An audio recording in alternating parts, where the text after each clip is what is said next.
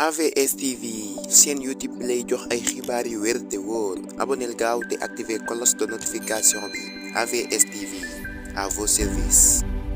ginnaaw bi ñu coupé seen ay signal ñoom ñii di waa Walf TV boobu ba léegi nag dañoo gis ni ñi nga xam ne sénégalais yi ñu ngi woy di participer ak di jàppale ñi nga xam ne ñooy waa Walf TV kenn ku nekk lépp loo mën rek yaa ngi koy def ngir jàppale leen ñoom ñii di waa Walf TV nga xam ne dañoo daal di coupé seen ay signal lu tolloog ci diir weer maanaam 1 mois lañ daal di coupé seen i signal ginnaaw loolu nag ñoom waa Walf TV ne lancé woon nañ ak cagnotte ngir sénégalais yi mën leen a jàppale waaye ñi nga xam ne ñooy waa Wave dañoo daal di bloqué seen compte ñoom waa Walf TV si ginnaaw loolu nag ñi nga xam ne ñooy sénégalais yi di dox ak seen ay tànk dem foofee sa siège bu Walf TV di fa joxe seen ay participation ginnaaw loolu nag ñu gis ni kii di Wally Ballago Seck le centre du peuple Wally Ballago Seck le Faramareen daal di yëkkati somme bu toll ci 20 millions de francs CFA daal di koy teg si loxol kii nga xam ne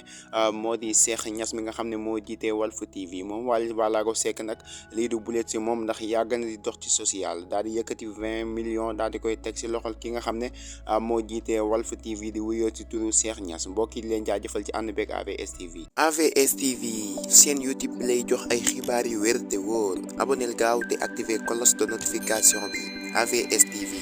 à vos services.